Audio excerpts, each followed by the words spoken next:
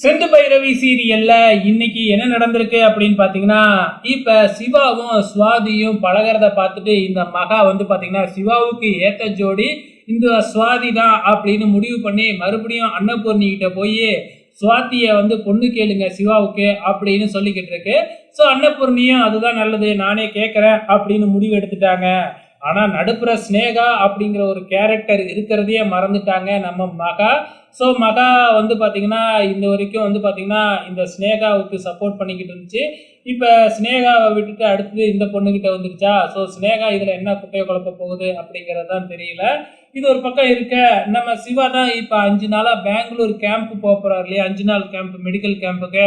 So அதுக்காக மூட்டை முடிச்செல்லாம் கட்டிக்கிட்டு கிளம்பும் போது வீட்டில் எல்லாத்துக்கிட்டையும் சொல்லிட்டு கிளம்பும் போது சிந்துக்கிட்டையும் சொல்லிட்டு கிளம்பலாம் அப்படின்னு பார்த்தா சிந்துவா காணும். ஃபோன் பண்ணாலும் ஃபோனை எடுக்கவே இல்லை. சரி வேற வழியே இல்லாம காரை எடுத்துக்கிட்டு போகும்பொழுது சிந்து பார்த்துடுறாங்க. கோயிலுக்கு போயிட்டு வந்துகிட்டு இருப்பாங்களாட்டுக்கு பின்னாடியே ஓடி எப்படியோ காரை பிடிச்சிடுறாங்க.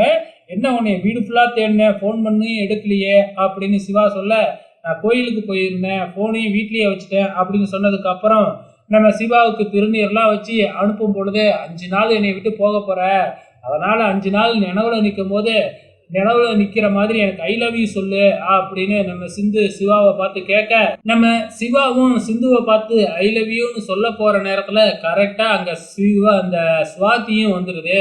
சுவாதியும் ஒடியாந்து உனக்கு ஒரு கிஃப்ட் கொடுக்கணும்னு நினைச்சேன், மறந்துட்டேன், அதனாலதான் ஒடியாந்தேன் அப்படின்னு சொல்லி ஒரு கீ செயினை எடுத்து கொடுக்குது. அது என்னடானா ஹார்ட் டு ஹார்ட்டா போட்டு இருக்கு.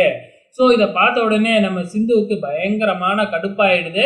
நம்ம சிவா ஐ லவ் யூன்னு சொல்ல வந்ததையும் சொல்லாம அங்கிருந்து கார் எடுத்துக்கிட்டு கிளம்பிட்டாப்ல. இந்த பக்கம் நம்ம அன்னபூர்ணி நேரா சுவாதியோட அப்பா அம்மா கிட்ட போயிட்டு விஷயத்த சொல்லிடுது. சிவாவுக்கு சுவாதியா பொண்ணு கேட்டுறாங்க. அவங்களும் எங்களுக்கும் இதுல முழு பூர்ண சம்மதம் அப்படின்னு சொல்லிடுறாங்க. ஆனாலும் அன்னபூர்ணி தான் நியாயமானவங்களாச்சே, சுவாதிக்கிட்டையும் கேளு, அதுக்கப்புறம் சம்மதம் சொல்லுங்க அப்படின்னு உடனே அவங்களும் நேரா போய் சுவாதி கிட்ட இந்த விஷயத்த சொல்றாங்க. இதோட இனி எபிசோடு முடிஞ்சிருச்சு. ஸோ நாளைக்கு என்ன நடக்கும், சுவாதியும் ஓகே தான் சொல்ல போறாங்க. ஸோ இதுக்கப்புறம் நம்ம சிவா என்ன செய்ய போறாரு அப்படிங்கிறத பொறுத்திருந்து பார்க்கலாம்.